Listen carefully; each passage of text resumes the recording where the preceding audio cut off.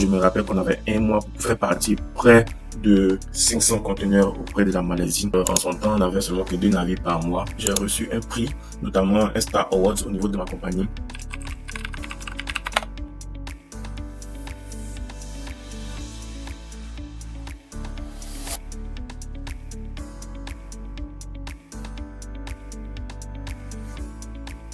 Je suis Alani Kouadio Jean-Marc. J'ai un diplôme d'ingénieur en management des activités maritimes et portuaires de l'Académie des mers.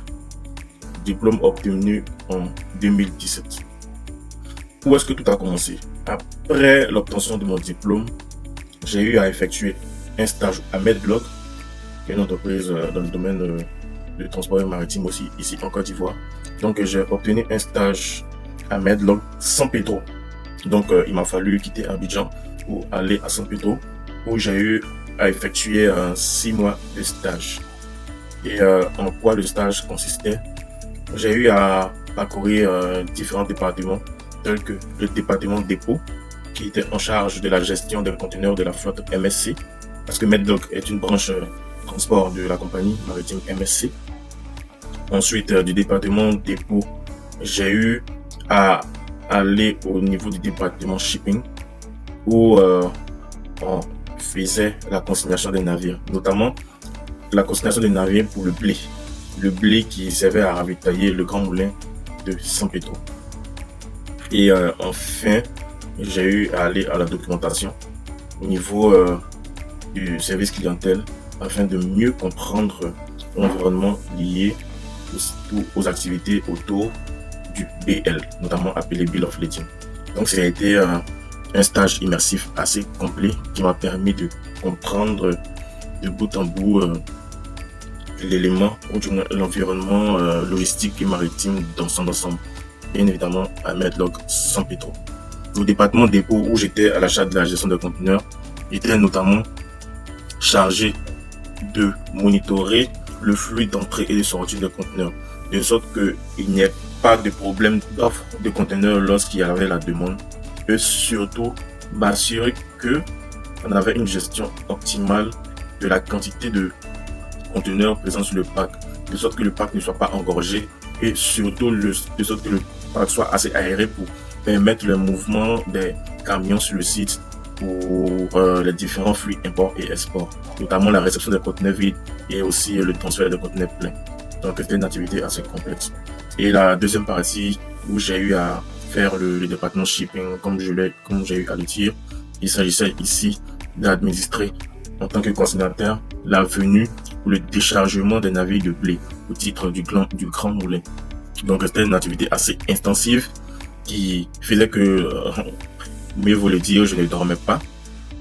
Car qui dit présence des navires à quai dit la rapidité des opérations, car chaque minute, chaque seconde qu'un navire passe à quai est facturé, et étant donné que le coût était assez élevé, il fallait faire vite, c'est-à-dire faire en sorte que toutes les équipes mobilisées pour le déchargement de la marchandise qu'est le blé au niveau du Grand Moulin soient mobilisées, que ce soit les autorités portuaires, que ce soit la douane, que ce soit les agents de manutention, que ce soit même la documentation au niveau du port, tout devait être prêt pour que le navire puisse venir et partir le plus tôt possible afin d'éviter des coûts à quai assez élevés. Il était toujours en Côte d'Ivoire et j'ai eu à faire le départ déjà à San Pedro d'abord avant de revenir sur Abidjan, où j'ai fait un autre stage à Maersk, où j'ai débuté mon stage à Maersk en avril 2018 et où j'y suis jusqu'à maintenant.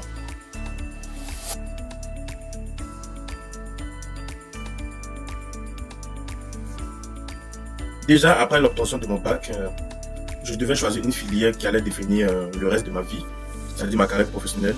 Et après avoir écouté les feedbacks de mes différents devanciers, j'ai eu à choisir la logistique.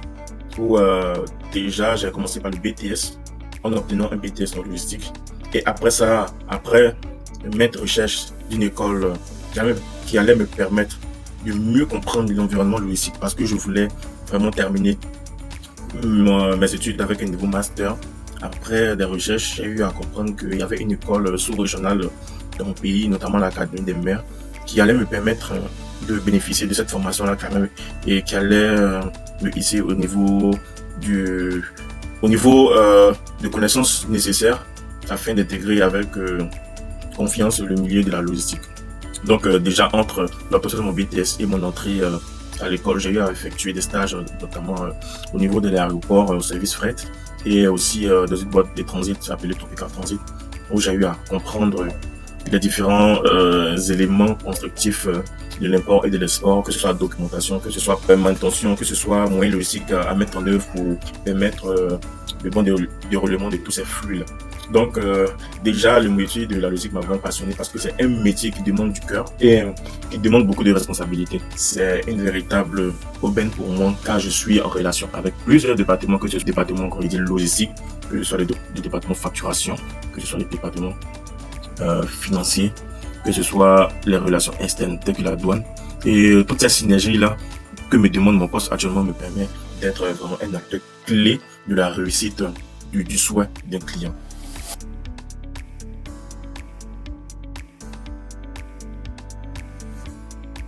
J'ai un projet où j'ai été le pilote et dont la réussite était vraiment marquée, pour lequel j'ai reçu un prix, notamment un Star Awards au niveau de ma compagnie. Il s'agissait d'une opération de 60 000 tonnes de fonds de tasse à faire partir pour la Malaisie au titre de la société SDCI, Société de développement du caoutchouc ivoirien. Donc cette entreprise avait choisi Maersk comme entreprise maritime à faire acheminer ces conteneurs-là au niveau de la Malaisie. Et on était la seule compagnie et on était désigné pour la réussite de ce projet-là. Et moi, étant Customer Experience Consultant, j'étais celui-là même qui devait faire le monitoring et faire en sorte que toutes les équipes qui devaient être mobilisées soient mobilisées, et aussi que la planification au niveau de la logistique transport, les équipes de logistique transport parle de planning, de fourniture de camions au niveau du site, ou aussi d'empotage de conteneurs. Donc c'était une synergie à faire au niveau de la capacité du client à pouvoir emporter les conteneurs, et aussi notre capacité logistique à pouvoir fournir le nombre de camions nécessaires, et tout cela à finir tout ce volume là en un temps record. Car je me rappelle qu'on avait un mois pour faire partir près de 500 conteneurs auprès de la Malaisie, et on était au bord aussi de la fin de l'exportation de fonds de tasse au niveau de la Côte d'Ivoire.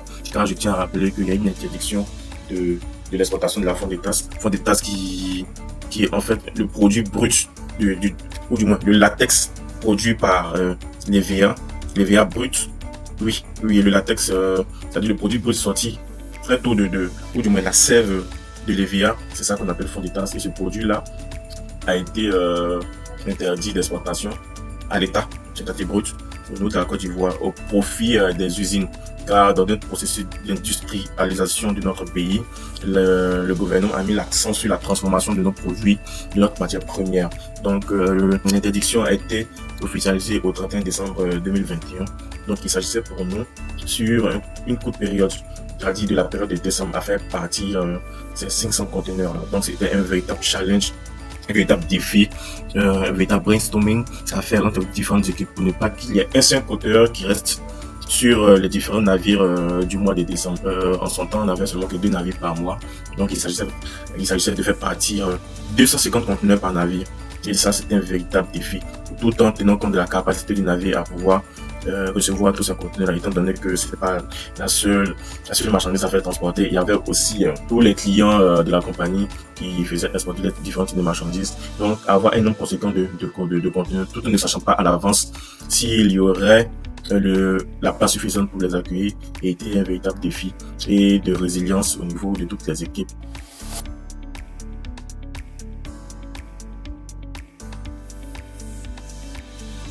À cette partie-là, je tiens à faire part d'un gros défi que j'ai eu à surmonter pour un client qui, du fait, nous sommes à l'export et nous savons qu'avant d'arriver à destination, les conteneurs doivent passer par des ports de transbordement. Et j'avais un client qui exportait du cacao à destination des États-Unis, 10 conteneurs. Où il s'est avéré qu'au départ d'Abidjan, les 10 conteneurs sont bien partis. Mais au niveau du port de transbordement à Port-Tanger, il y a eu des difficultés qui ont fait qu'une partie des conteneurs a pu continuer son chemin, c'est-à-dire 5 conteneurs. Et 5 conteneurs sont restés au port de transbordement avant d'être embarqués sur le prochain navire.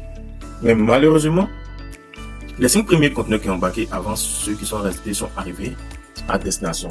Et pour des raisons administratives au niveau des États-Unis, il n'est pas permis de relâcher une partie des conteneurs avec un BL qui contient un nombre de 10 conteneurs. Donc, il fallait attendre que les 5 conteneurs qui étaient restés, ou du moins qui sont restés en retard, devaient arriver d'abord à destination afin de faire relâcher les 10 conteneurs aux clients.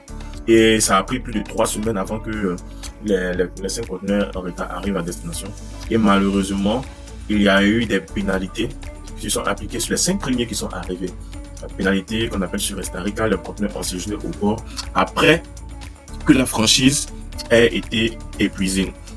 Donc il s'agissait pour nous de d'abord faire comprendre à la destination que tout ceci n'est pas le fait du client. Donc il fallait trouver un moyen de faire relâcher la marchandise au client tout en faisant annuler les pénalités qui, dans le vrai sens, n'était pas du fait du client, mais de la faute de la compagnie qui n'a pas pu faire embarquer, du moins du port de transbordement n'a pas pu faire embarquer les 10 conteneurs pour la destination en même temps. Donc, étant donné que les charges étaient assez élevées, plus de 150 000 $ de pénalité à faire annuler, c'était une bataille entre nous, l'origine et la destination des États-Unis pour faire comprendre que ces charges devaient être annulées. Et vu que c'est un montant assez élevé, le level d'approbation, ou du moins le niveau de la personne qui devait approuver, était au niveau du siège qui est au Danemark. Donc ça a été une bataille d'explication des faits qui s'est soldée par une acceptation de l'annulation des pénalités de 150 000 $. Et c'était un soulagement pour les clients qui allaient se voir vraiment dépouillés de tous ces bénéfices à la vente de la marchandise si ces pénalités-là n'étaient pas annulées. Donc c'était une bataille que j'ai eu à mener et à 90% tout seul, et qui m'a permis aussi d'avoir la reconnaissance du client et même sa fidélité, car à cause de moi, il a continué à faire ses embarquements avec nous. Et le client ici, c'est Olam Cacao, qui a renforcé ici son partenaire avec nous en disant que le niveau d'implication qui a été mis pour la résolution de ce souci-là était vraiment apprécié. Et voilà pourquoi il continue à nous faire confiance. Et surtout moi, à ce que je puisse gérer toujours les dossiers. Et c'était vraiment un grand challenge et une réussite professionnelle que je voulais partager avec vous.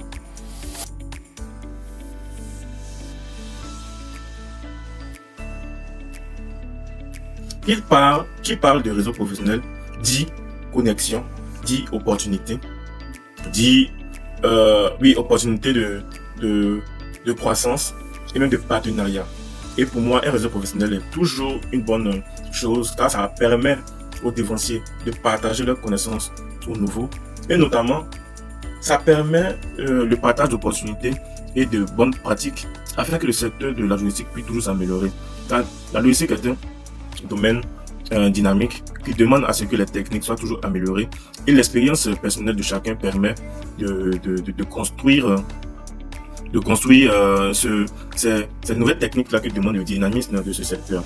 Et ce réseau professionnel-là permet, comme je dis, ce maillage, ce brassage de connaissances personnelles de chacun, afin de fournir de nouveaux systèmes à appliquer, afin que, comme on le dit, les techniques se renouvellent, les expériences se renouvellent, les connaissances se renouvellent, et que ce secteur se porte toujours mieux. Et aussi, ce réseau professionnel-là permet de peaufiner sa carrière professionnelle, car qui dit réseau, qui dit opportunité, et toute nouvelle opportunité débouche sur une meilleure situation, de nouveaux challenges à relever, et qui dit nouveau challenge dit évolution. Et c'est en cela qu'un réseau professionnel est important, et surtout dans le même domaine, partager ses connaissances, c'est faire grandir ce réseau-là, ne pas le laisser mourir.